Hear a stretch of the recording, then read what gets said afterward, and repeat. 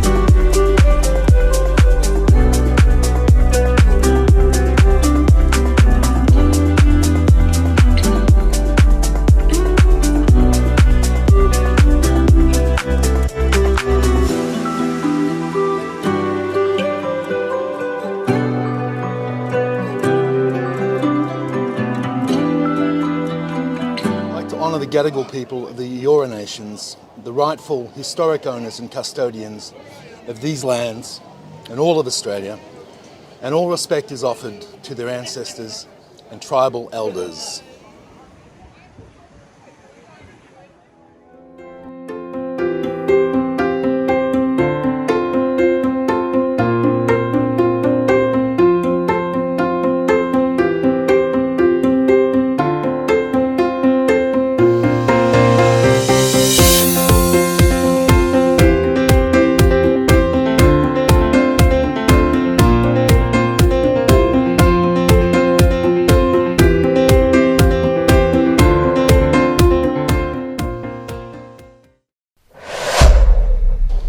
Now I'm down here at marvellous Bondi Beach. It's Saturday morning in January, and that means summertime in Sydney. And for my Sydney film, I want to feature some of the unmissable experiences that I can do only in Sydney in summer. and the things that I love to do that makes my Sydney so unique.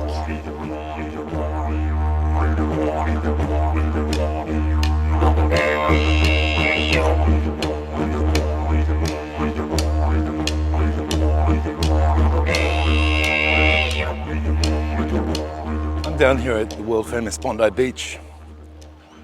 It's summer. The weather's going to be a hot one today, 30 degrees for you in the northern climes. That's bridging the 100 mark. And they've just put in a new Bondi Pavilion, which is like long overdue, which is one of Australia's greatest landmarks, Bondi Beach.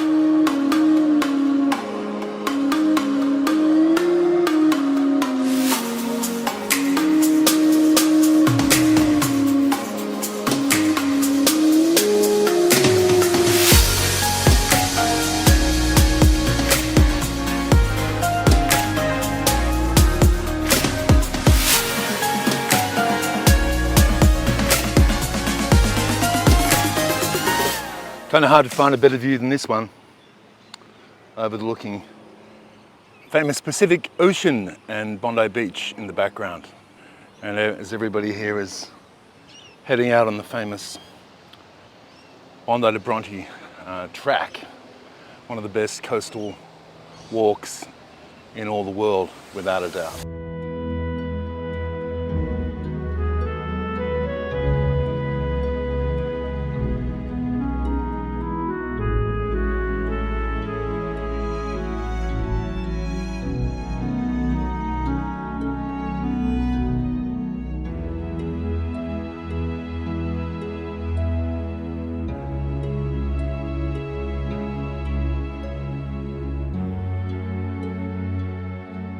So here's a quick geography lesson that you may or may not know.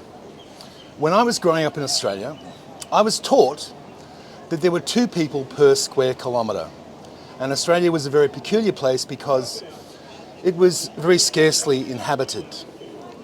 But in reality, that's a little bit deceiving because much of the vast centre of our country is actually desolate desert and inhospitable to probably only the most ingeniously involved human beings, like our Indigenous natives or First Nations people, as they prefer to be called these days. So pretty much everybody chooses to live on the coastal fringes, like where I am now in Sydney.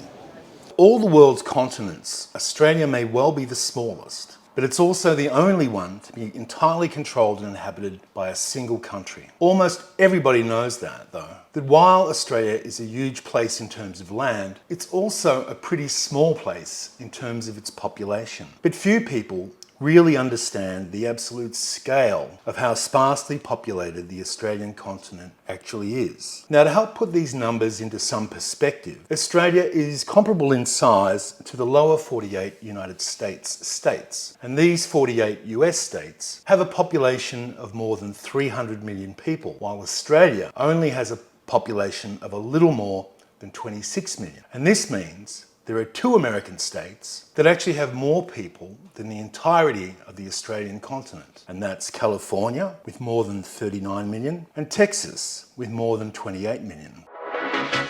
Now that means that Australia really only has 5 cities. There's Sydney, there's Melbourne, there's Brisbane, there's Perth, and there's Adelaide. And nearly 2 out of every 3 Australians is in those cities, which makes Australia one of the most heavily urbanised nations in the world, with the overwhelming majority of the population, around 90%, concentrated into relatively small urban areas that only account for 0.22% of Australia's total land area, with half of the overall population living within these red areas and the other half living within these blue areas. 85% of all Australians live within just 50 kilometres of the coastline, meaning that there's hardly anyone deeper into the continent's vast interior, which is very unique.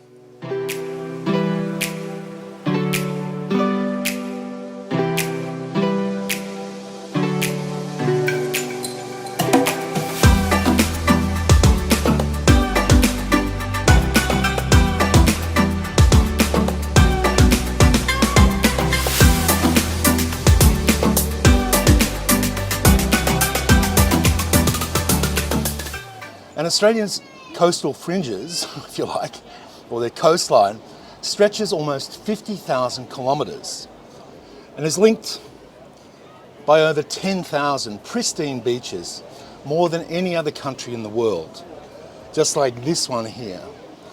And it's the reason why it's so popular, one of the reasons. Now, 85% of all Australians choose to live within 50 kilometres of the coast. So it makes the coast and the water an integral part of everyday life for Australians and a key distinguishing feature of our lifestyle. But no other place in the world sparkles brighter each December to March than Sydney during summer. And I'd say you can forget the Caribbean. It's nice, but it's not that nice. Bali, the Maldives, or even Tahiti. To me, Sydney rules over that period. The sun shines strong in a cloudless sky, although there are a few clouds today. Normally, the sun shines bright in a cloudless sky. And the white sails of the yachts dot the harbour. The jacarandas are in full bloom as the city emerges from winter with a newfound kind of sparkle. And my city of Sydney is known for its fabulous beach culture.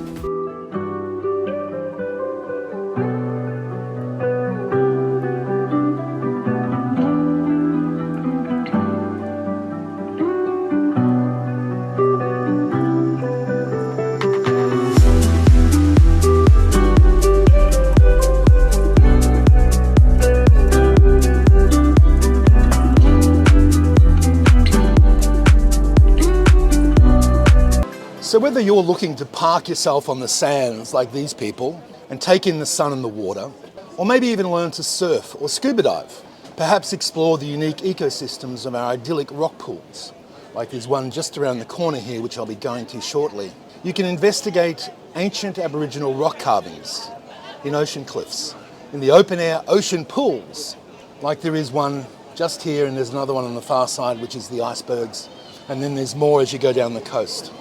You can kayak to inner harbour beaches. You can take a stand-up paddleboard lesson. So much of Sydney revolves around its pristine blue waters. And access here is not determined by the size of your bank account, which is something that I love. Aussies sure know how to make the most of their world-class summer weather. And Sydney is a hotbed for outdoor activities. There's great food, world-class surf, and unbeatable good Sydney vibes. Now, many from the Northern Hemisphere come here fearful of our wildlife, but at the beach, the reality is, it's not the sharks, the blue-ringed octopus, the blue bottles, the stingrays, stonefish, sea snakes, nor even the crocodiles that will kill you in Sydney. And aside from skin cancer, probably the biggest threat that you face are our beaches themselves. There are rips, undertows, waves that can easily put a novice literally in deep water. It never ceases to amaze me how, despite all the warnings, and you see them all over the beach, signs, flags, lifeguards, towers, flags, you name it, you see many Asians as other nationalities of tourists, even their kids, unattended, throwing themselves into deadly situations. In Sydney, the beaches are no joke. Now, you may have seen the reality series on cable TV or Netflix, Bondi Rescue. These guys, many of them who are friends of mine, they're the real deal. Far from being actors, they save real lives every day. And you can bet today, with the surf running the way that it is, they will be pulling dozens and dozens of people out of the surf and saving them from a certain death. I've got a pulse. Breathe him up. I've got a pulse. I've got a good Yeah, I know, pulse. we're going to breathe him up. Continue. Good pulse. Good work, boys. He's all right, mate. We got him. We got him, mate. Keep breathing him up. I've got a good pulse, Chapo. Yeah, it's all right. Continue. Keep breathing. Mate, we don't know if They're amazing athletes who perform heroic feats to keep the public safe every day of the year, not just in summer, not just today. Now, Bondi Rescue is one of the most popular reality shows ever created from Australia. And unlike Baywatch, that you may have seen before, with Pammy Anderson and David Hasselhoff, the Hoff, Bondi Rescue features the daily lives and routines of these real-life professional lifeguards patrolling Bondi Beach, Tamarama and some of the other ones. The popularity of this factual television program has reached a global audience and it's aired in 100 countries. The girls and boys have become kind of stars, and it's great to see them getting the accolades and credit they do for doing such an incredible job. Now, contrary to popular opinion, it's actually quite difficult to get eaten by a shark here in Sydney.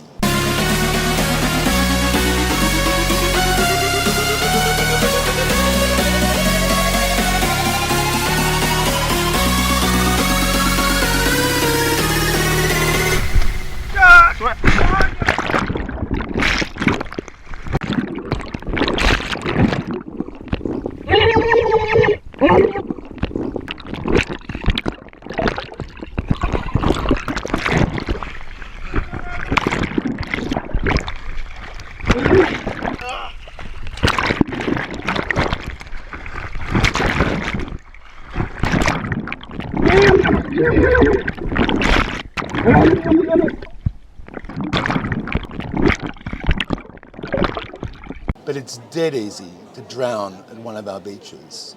In fact, in 2022, 55 people lost their lives to drowning in New South Wales water last year. Did you know that the sea temperature during the summer in Sydney can go up to as much as 23 degrees Celsius, which is 74 degrees Fahrenheit? And when Sydney has over 100 pristine world-class soft sand beaches to choose from, there's a lot of choices. And it's none of that volcanic sand like in Santorini or those awful pebbled beaches, those tiny awful pebbled beaches that you find in Italy, where you've often got to pay to get a perch on the beach. Bondi Beach is all fine sand, best in the world, and I've been to quite a few of the best beaches, supposedly. Now, Bondi Beach is literally only 15 minutes from the CBD, the city. I remember when I first moved here like 20 years ago, I found it really sort of cool that you would see kids with their surfboards going to school because they would be surfing in the morning before school and they would go surfing after school. You see them carrying the surfboards on trains and buses. It's just a normal part of life here. Now, Bondi is one of the most famous stretches of golden sand in Australia, and it's a top spot if you're keen to learn to surf. There are surf schools just right here. There's actually one surf school out in the water now. You can see them with the coloured polystyrene boards. And an expert surfing teacher will show you how to paddle, how to look for waves, look for this, how the ocean signs will be presented to you, how to do the snap so you can jump up on your board before the wave washes through. It's not as easy as it looks, and to be really good at it, again, you have to be an incredible athlete.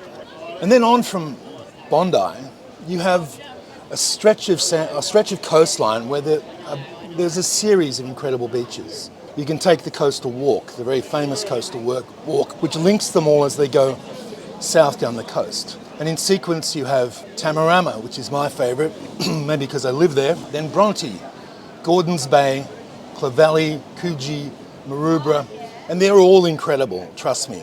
North of the city, Manly is also a fantastic place to catch a wave and hosts the Australian Open of Surfing competition in February. Balmoral Beach in the harbour is sheltered and well suited for swimming, paddleboarding, kayaking, and Shelley Beach offers impressive snorkelling. And in fact, there's lots of harbour beaches like Milk Beach and Chinaman's Beach that are really kind of unique to Sydney because they're harbour beaches. Then you have the northern beaches that run all the way up to Palm Beach in that sort of promontory where the popular fiction soap Summer Bay was set.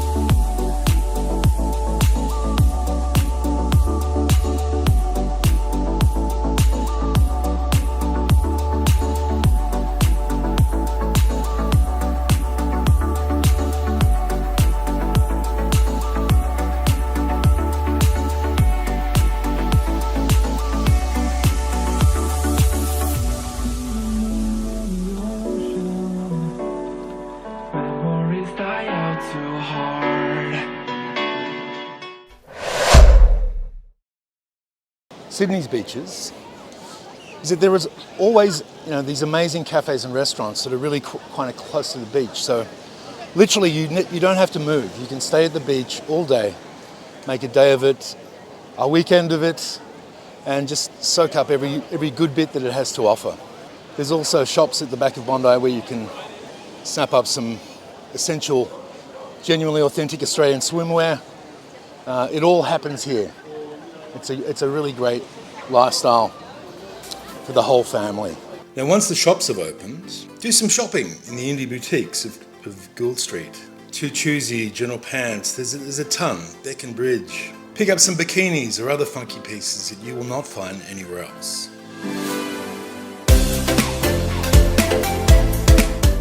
Now, if you want to swim and aren't keen to be dodging and navigating the rips and waves and all of that kind of stuff, several of Sydney's beaches have sheltered open ocean pools, which are really cool, and I've only experienced them in Sydney. They include, there's one at Bondi, which is right down there, where the kids all sort of play around. Sometimes the waves come crashing over, but all that's part of the charm. And it's exactly the same water that you'd find out in the middle from the blue Pacific Ocean. There's another one at Bronte Beach, McIver's Ladies Baths, also known as Coogee Ladies Baths, is a scenic cliffside swimming spot just for the girls. To the southeast of Sydney, and the restored 1920s McCallum Pool at Cremorne Point in northern Sydney also has a great view of the city skyline together with the harbour. And there is also an open water swimming pool at Victoria Park, Petersham Park and Prince Alfred Park. Now in Sydney over summer, with all the good weather that we have, there's no shortage of live music and arts festivals. The summer season means amazing outdoor festivals, and unlike London, we normally don't need to worry about it raining, or maybe just a bit. Down at Mrs Macquarie's Point by the Sydney Botanical Gardens, the Harbour Life Festival in November is one of the biggest dance music events of the year, and the party overlooks the water, Sydney Opera House and the Sydney Harbour Bridge. You don't get a better view. The Sydney Festival in January also brings a huge range of live music and theatre. There's film screenings, exhibitions and art instalments to all venues throughout the city, making it easy for you to get your culture fix all through summer.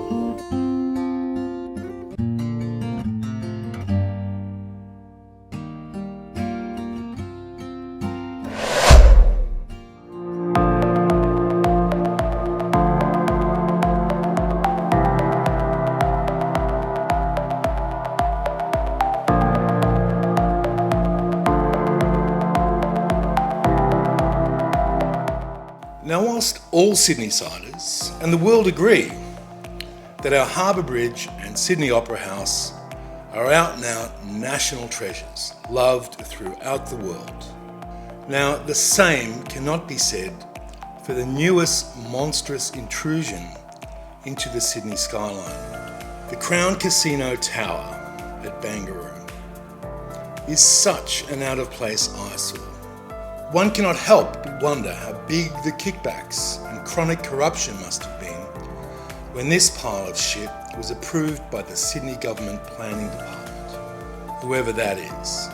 Once a shipping container terminal, Barangaroo has almost seemingly overnight been transformed into a waterside shopping and dining district with towers on the way up. The area is named after an important and inspirational Aboriginal woman named Barangaroo, who was a Camaragal leader of the Eora Nation at the same time that the Europeans who colonised this area of Australia, which we just celebrated yesterday on the 26th of January, Invasion Day. I don't think there's many people anymore calling it Australia Day. Now, I for one find it really sad that such a proud legacy is tagged to such a shameful commercial and evil commercial entity. Just what Sydney needed most, another casino. I can only imagine what's next, putting one of these things on top of Ayers Rock perhaps. Now, you can ask any Sydney local their opinion of this tower. Be prepared to be instantly regaled with venomous, splenetic bile about what an utterly vile excrescence it is. It's disgusting. It's vulgar. It's an eyesore. It's Jamie Packer's pecker. It looks like a giant, ugly glass cigar. Pecker's packer, he's clearly got a need to compensate for something. But worse still, it's funded by the misery and ongoing ruination of countless families from Packer's organised crime-infested gambling empire. He was found so guilty, and his empire of Crown so deeply connected with organised crime and money laundering and human trafficking, the list goes on. He had to retire, step down from the board. Now, how anyone with a shred of decency in them could see it as anything but just awful. It's ugly because its purpose is ugly. God willing, let's hope some planes crash into it. In 2015, the Barangaroo Reserve on Sydney Harbour opened to the public. 240 years ago, Barangaroo lived here. This is her legacy through the eyes of senior Aboriginal women who live in Sydney today.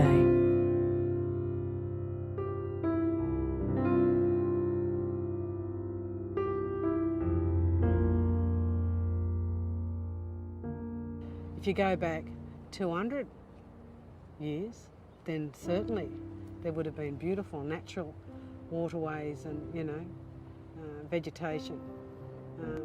So to see this recreated, and they've actually honoured and revitalised Barangaroo is magnificent.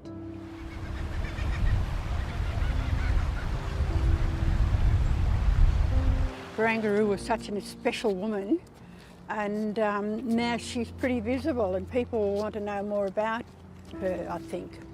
I agree with you. I think people need to know about what a strong Aboriginal woman she was. I would say that Barangaroo is one of the heroines of the Australian story. She was a woman of First Nations. She was a woman that saw what life was like before British colonisation or invasion, whatever you want to call it, and survived.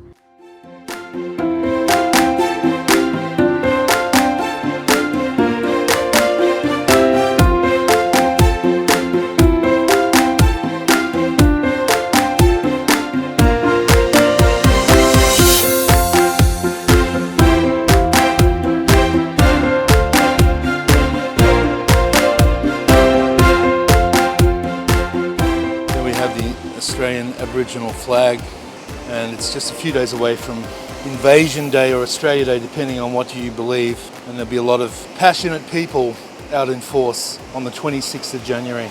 Now, Bondi or Boondai is an Aboriginal word meaning breaking water over rocks. And the Gadigal, who first witnessed the breaking water here, and they witnessed the first fleet around the same time in 1788, they recorded their impressions of the Europeans by engraving a fully rigged ship at Bellevue Hill, just outside of Waverley, which is the suburb or the local council area.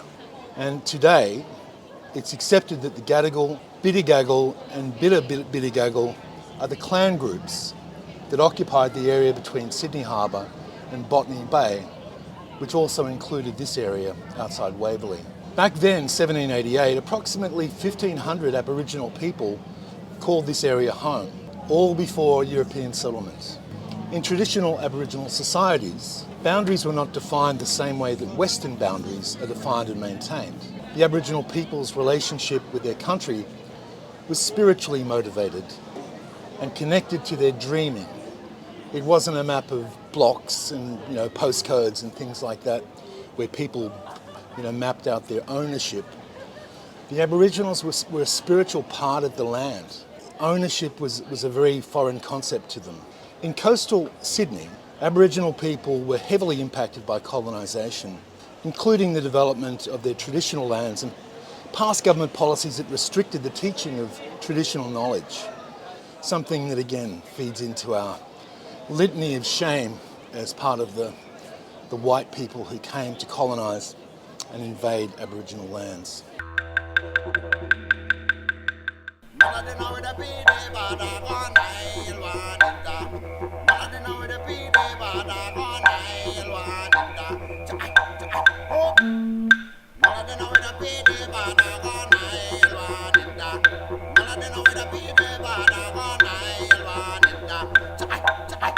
So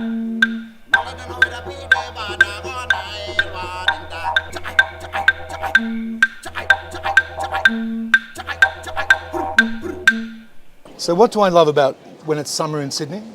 Well, you really don't need to go far from the coast, all the way Bondi to Coogee. Bondi is where the beautiful people live, the influencers and all that kind of stuff. In summer, granted there are hordes of backpackers, tourists, but it's still a blast. You know, it's filled with great restaurants, from cheap and cheerful Thai places and pizzerias, all the way through to gastronomical temples like icebergs. There's cafes, there's shops, as well as the beach. And whilst it is now chronically expensive to live here, as with all the beach suburbs, it's still a magical place and something, if you get a chance to come to Sydney in summer, in our summer between the months of November and March, it is incredible. Now, one thing about Sydney in summer, from like sun up in the morning, it's a hive of activity. I'm here at the pit where people are working out. In the morning, you find people with their personal trainers. They'll be doing yoga, obviously going surfing, hitting the sand for some soft sand running. It's never ending. And whilst the Bondi lifestyle might be a little bit hedonistic, it's also very health conscious. And people are very into taking care of their bodies and looking good when they're stripped down.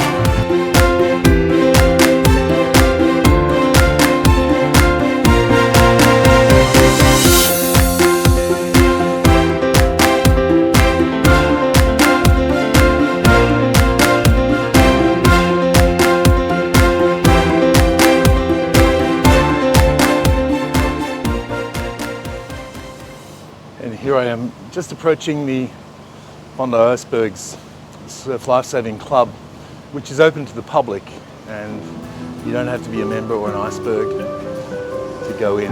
So let's check it out.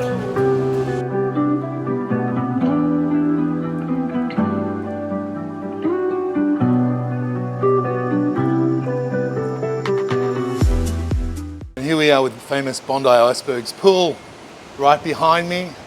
And you can see even on a Tuesday morning, with a beautiful day like today, it's going to be 30 degrees Celsius.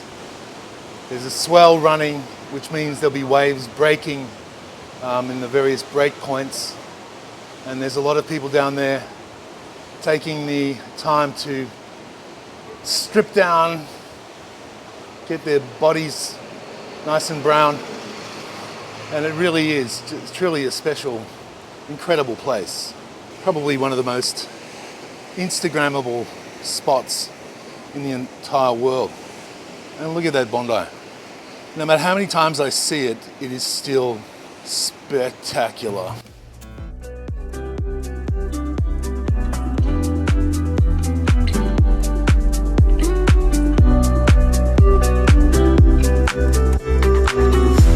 So Bondi Icebergs, it's the oldest licensed swimming club in all of Sydney, maybe even New South Wales, maybe even Australia.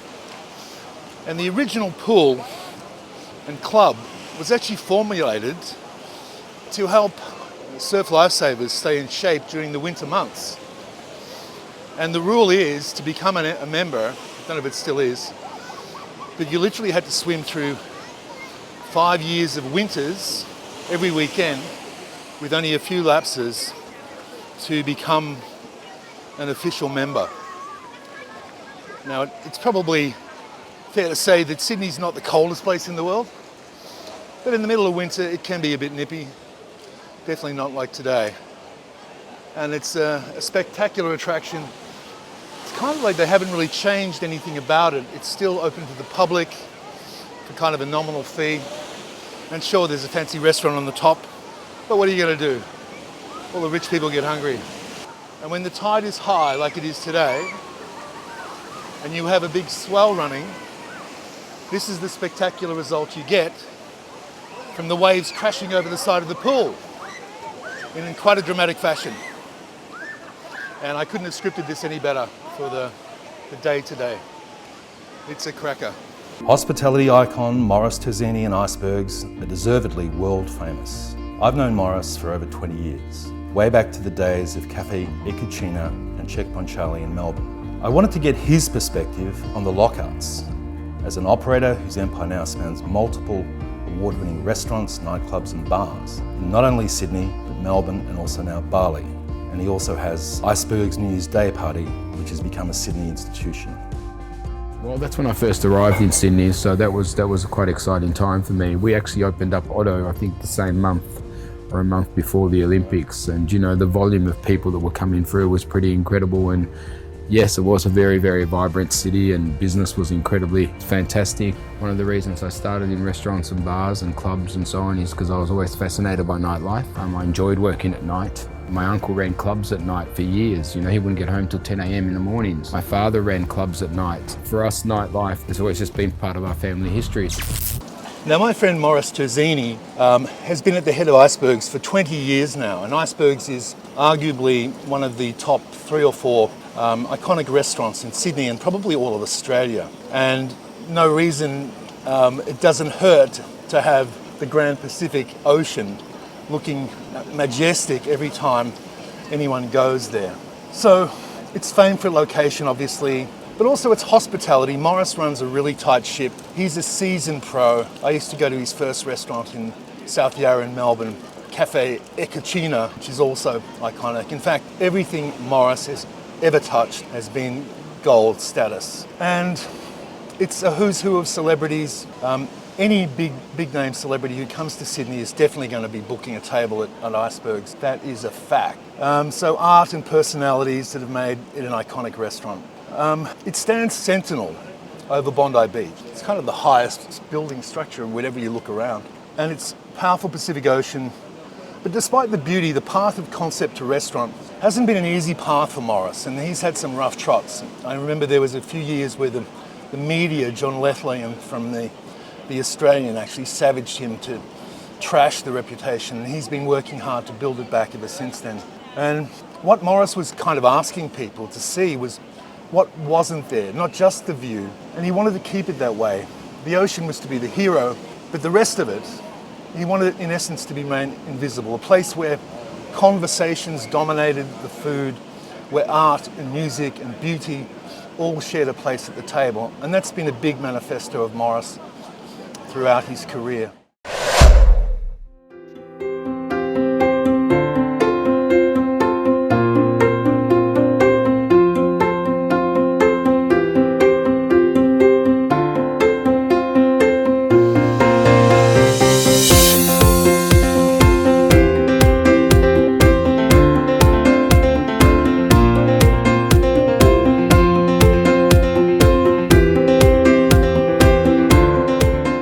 Now, the Bondi to Coogee walk is one of the most incredible coastline cliff walks in the world. And I would put that up against any other that I've even seen or even heard about. And if you want to go all the way to Coogee, you get to see Gordon's Bay and all the other gorgeous locales and beaches along the way. And they are spectacular, not just, starting at Bondi. Then you have my favorite, Tamarama. Before that, there's actually Mackenzie's rock pools. Then a little bit further on from that is Bronte. Then there's Clovelly, Gordon's Bay, and finally Coogee. So you can do this as a 2-hour trek. You can run it, you can take your dog.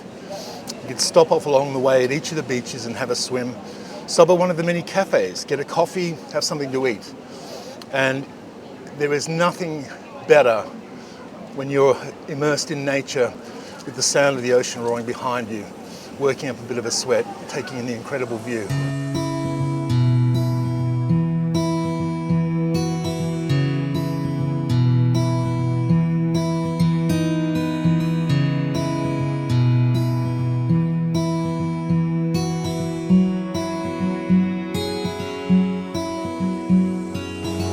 It's such an invigorating exercise in nature. It really is like no other that I've seen anywhere in the world. And every year it's the site of the famous Sculptures by the Sea, which is one of the biggest sculpture exhibitions in the world, where they turn the outdoors of Sydney's coastline into an incredible art gallery. And then we have someone swimming out there in the ocean. And this is literally just the first turn. It just keeps going and going and going. And this time of the year, you're going to have lots of locals as well as tons of tourists doing this thing for the first time, and I'm sure they think it's just as spectacular as I do.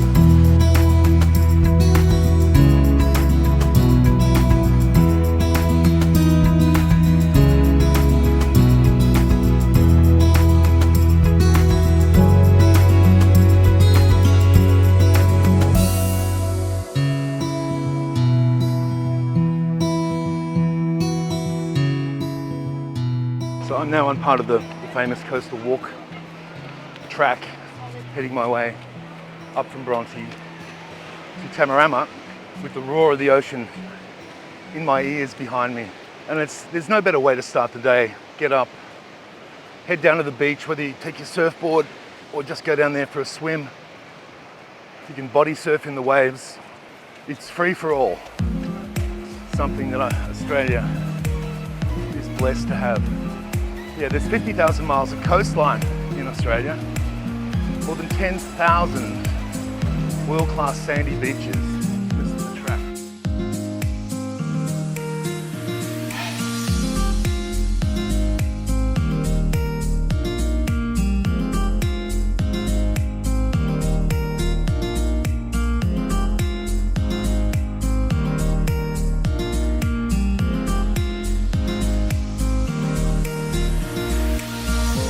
Bronte, and then you go up that road.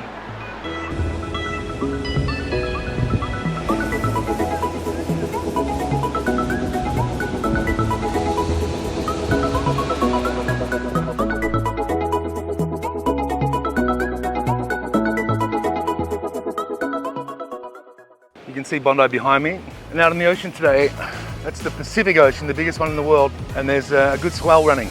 And the waves are probably 4 to 5 foot, and you could have an international world-class surfing competition in those kinds of conditions. So we're just walking around Tamarama now.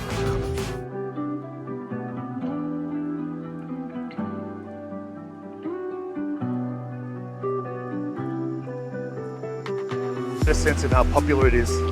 That's the sand of Tamarama Beach. Surf Lifesaving Club on top of it. It's a great place to have a dog here. It's dog's paradise. Tamarama Beach there. The rocks in the background there. That's Mackenzie's Beach, which is a dog-friendly environment full of rock pools which you can jump off into the ocean.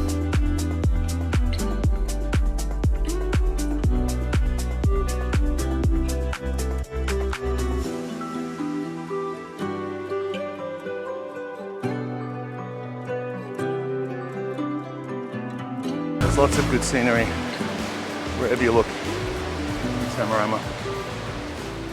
Everything's so sporty here. You've got a beach volleyball game down there on the soft sand of Tamarama. It's all free. You don't pay for anything.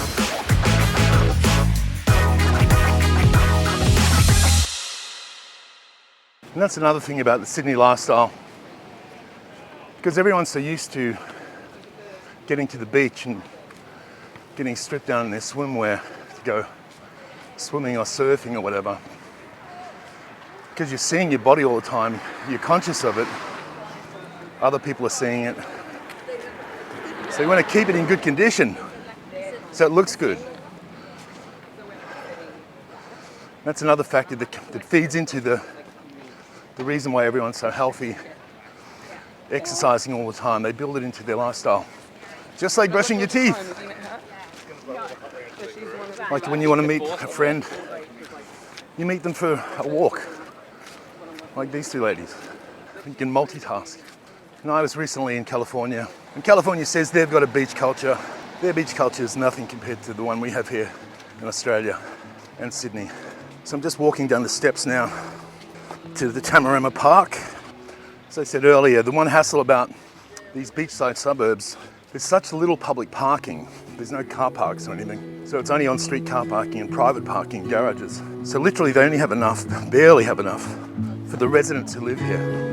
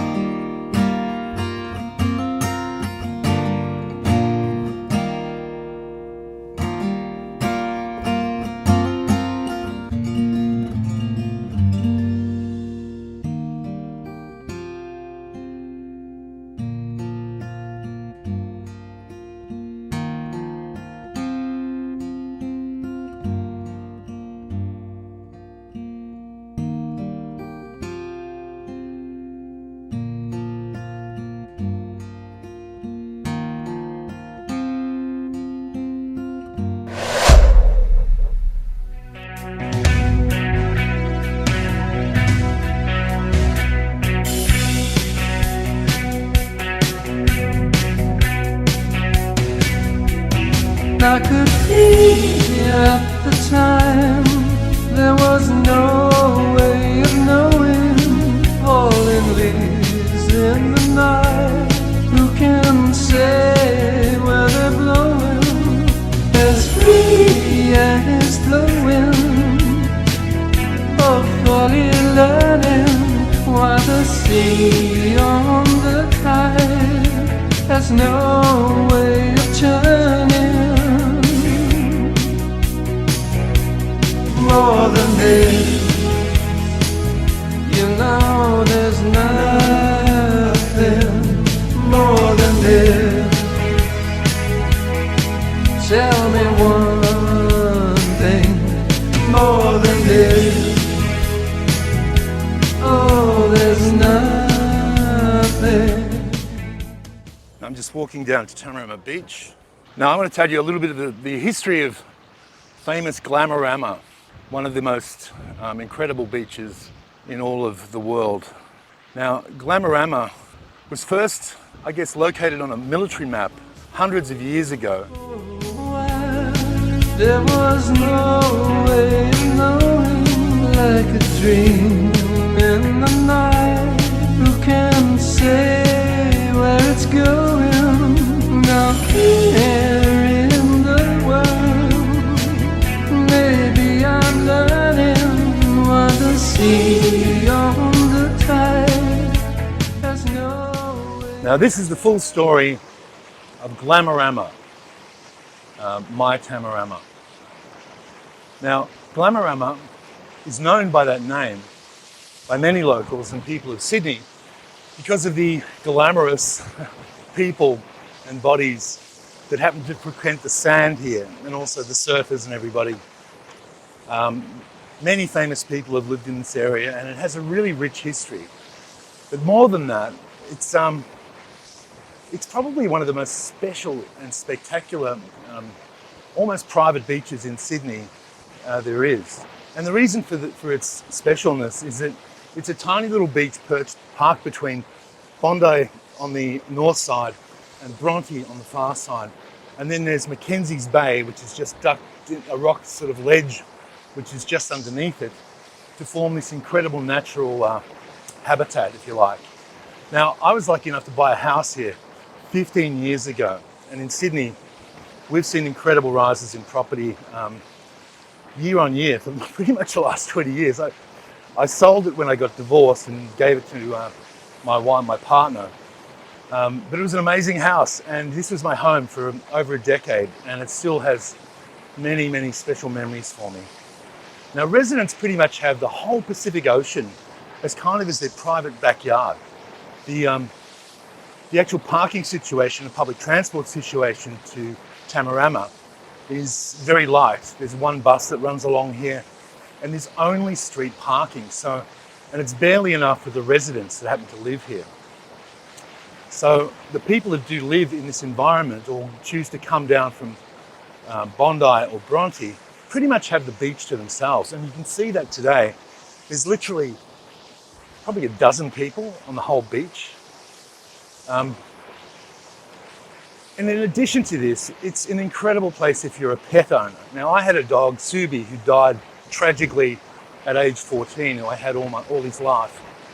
And we used to come down here and on the sand and run all the way along the Bondi track, all the way to North Bondi.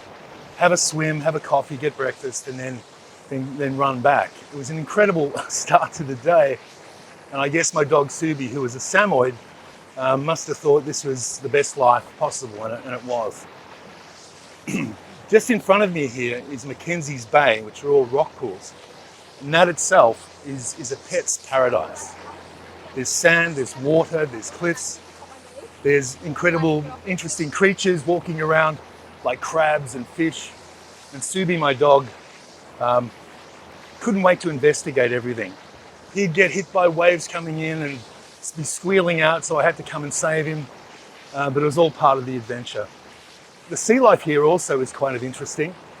And Subi was the first dog ever in the eastern suburbs, probably in all of New South Wales, who decided that a blue bottle, yes, a dangerous neurotoxic blue bottle, looked like something delicious to eat. So I was doing something and then I hear this screaming, squealing.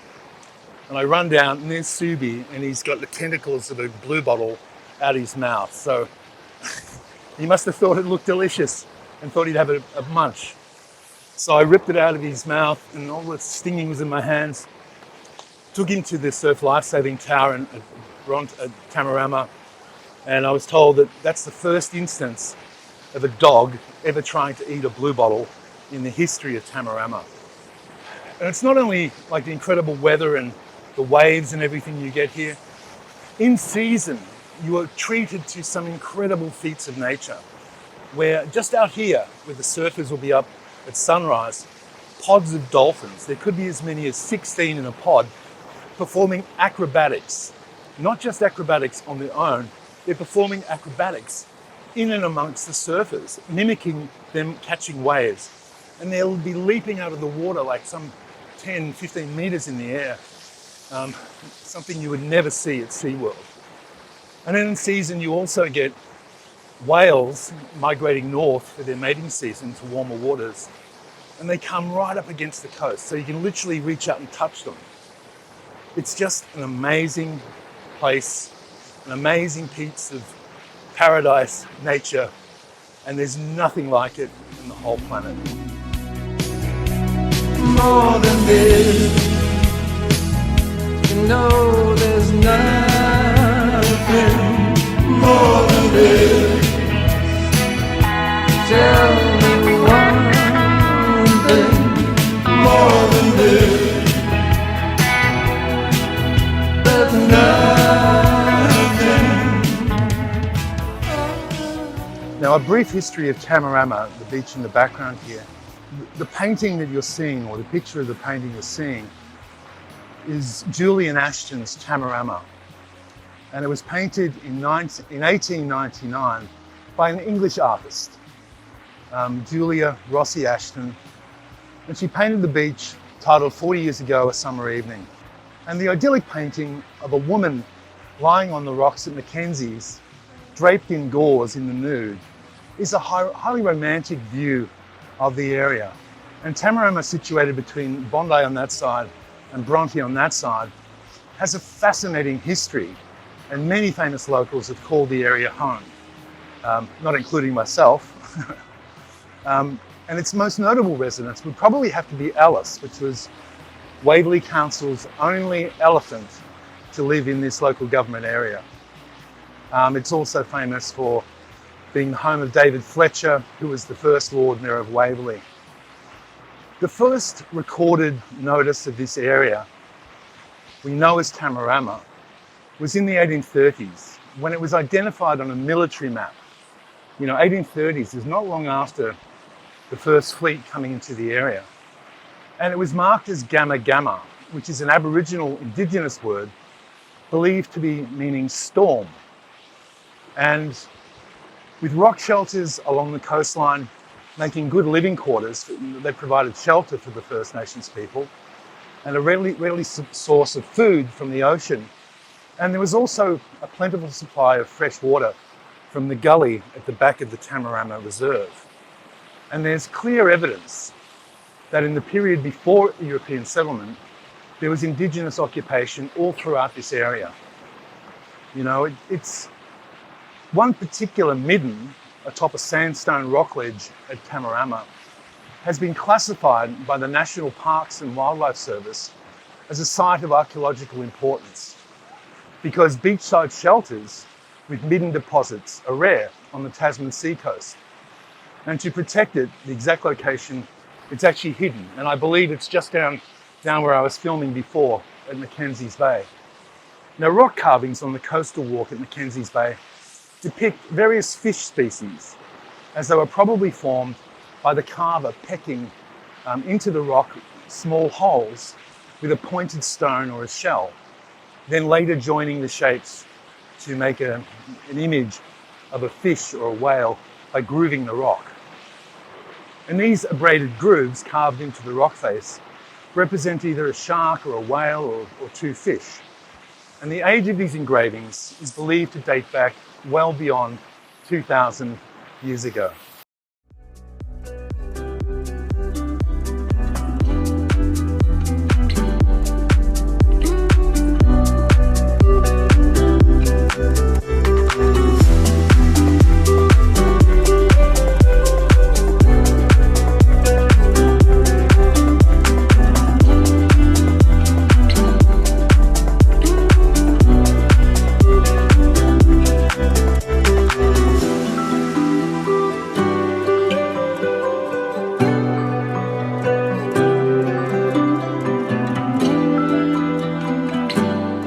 some serious surf today. It's a big swell running. It's hard to tell how big the waves are, but I'd say that's like 4 foot, 5 foot in the old measurements. And they would have World Cup surfing competitions in that kind of conditions.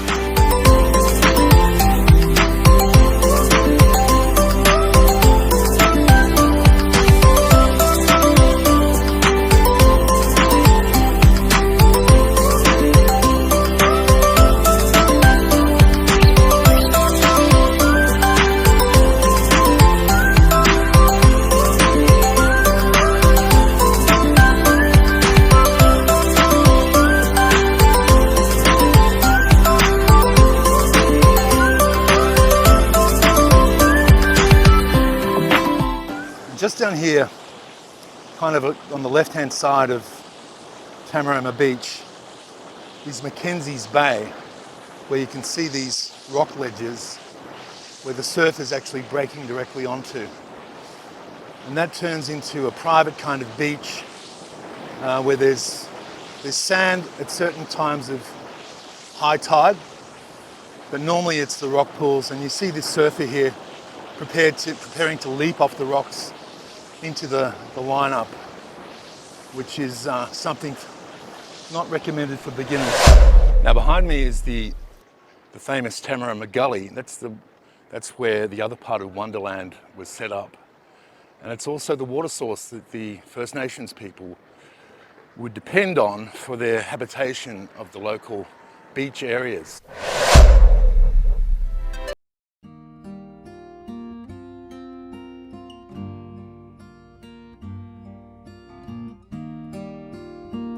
Right behind me is the incredible Mackenzie's Bay, which is the beach, which is the bay just there, and the rock pools and private beach and cliff faces that are above it. And Mackenzie's is nestled snugly just before the rock cliffs turn into Tamarama Beach.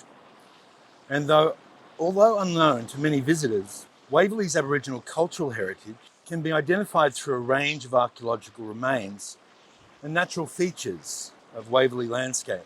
Mackenzie's amongst them. There are currently 11 registered Aboriginal archaeological sites in the Waverley area. And the rock carvings that are in the cliffs at Mackenzie's that are actually cordoned off from visitors to preserve the archaeological relics are believed to be in excess of 2,000 years old.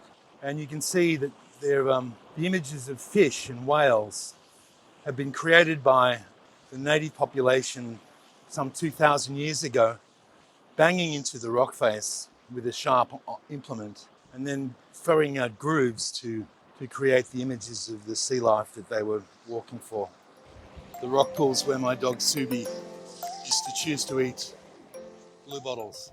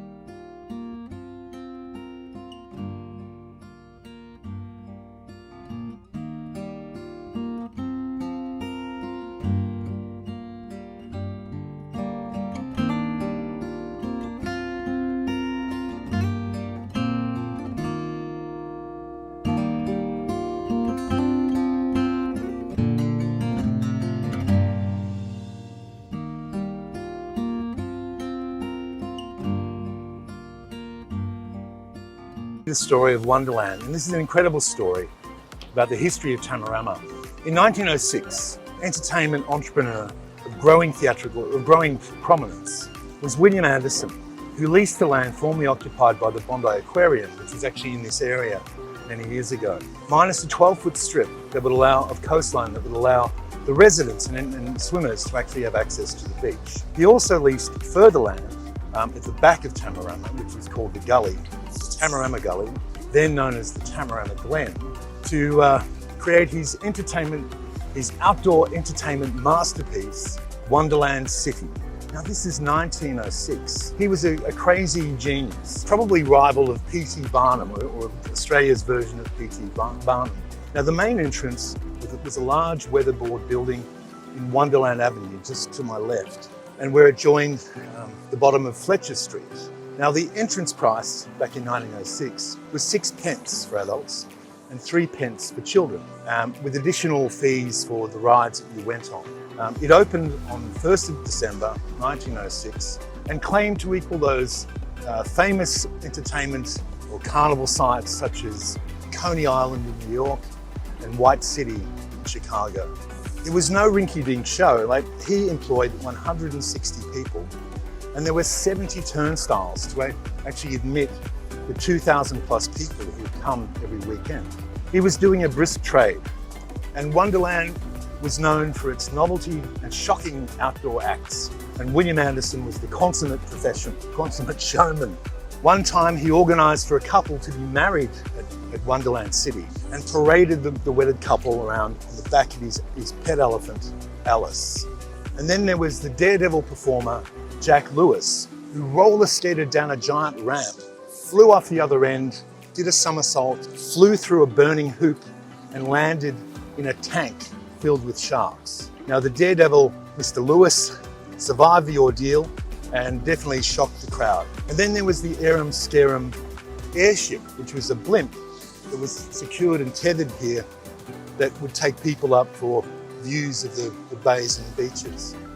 And it would sometimes crash, and there was more controversy around that. A brouhaha sort of blew up between the residents and people that were the swimmers, and they started complaining to the local media. There was complaints about the mistreatment of animals and also the Arum Scarum thing being dangerous. Wonderland, well, regardless of the disputes and claims and I guess controversy, Wonderland was the precursor of today's Luna Park and set unprecedented standards and broke new grounds for Australian outdoor entertainment in Sydney. In its day, it was the largest outdoor entertainment arena or operation in the entire Southern Hemisphere. And its decline does not diminish the grandeur of William Anderson's vision. And although little is visible today, with the exception of the two paths on the northern boundary of Tamarama Gully, the New South Wales Heritage Office still considers the site to be of archaeological significance and celebrates, the Surf Lifesaving Club with a mural celebrates the legacy and part it played in the early formation of that club. Good on you, William. Be mindful that there is a really strong rip current in this northern corner. We've got a few people out this morning. Be mindful if you're not a strong swimmer. Yeah, that's out that area there, the lifeguards are reminding people that there's a really strong rip in the northern corner, and these rips are no joke.